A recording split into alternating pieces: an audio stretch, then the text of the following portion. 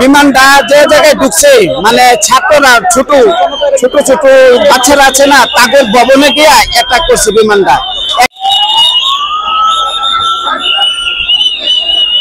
দর্শক, আমি এই মুহূর্তে আছি ঢাকা উত্তরার যে মাইল স্টেশন কলেজে যে বিমান দুর্ঘটনা ঘটেছে, প্রশিক্ষণ বিমান দুর্ঘটনা ঘটেছে, সেই স্থান থেকে আমি আছি।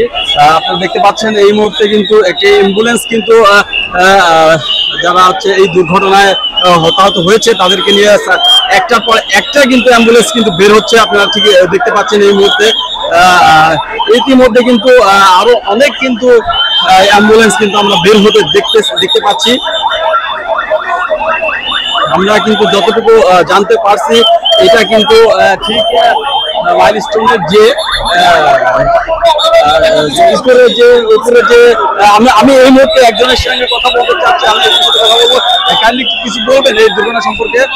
আমি কতাকান যে বেলা দুর্ঘটনাটা ঘটছে এটা কতাকান পরে আমি গেছি, বুঝলেন। বিমানটা যে জায়গায় ঢুকছে মানে ছাত্ররা ছোট ছোট ছোট বাচ্চারা আছে না তাদের ভবনে গিয়ে অ্যাটাক করছে বিমানটা। এক খালা আছেন, খালার এখান থেকে পুরাটা শেষ, আর এক বাচ্চা একদম বাচ্চার খাইনি শেষ, মানে বাচ্চারা অনেক আহত হয়েছে, বুঝলেন। মানে এটা হিসাবে বলার বাইরে। ভিতরে যে আগুন লাগছে পাশের ভবনের গাছগুলো এগুলা মানে কালো হয়ে গেছে, আগুন ধরে গেছে, বুঝলেন। আমি ওয়াতানি দেখছি, কিন্তু লোক মারা গেছে, অনেক লোক মারা গেছে। আমি ওয়াতানি আনুমানিক সংখ্যা আমি তো ধরেন ছোট ছোট ব্যাগ দেখছি, ওয়াতানি ঠিকই দেওয়া, বুঝলেন।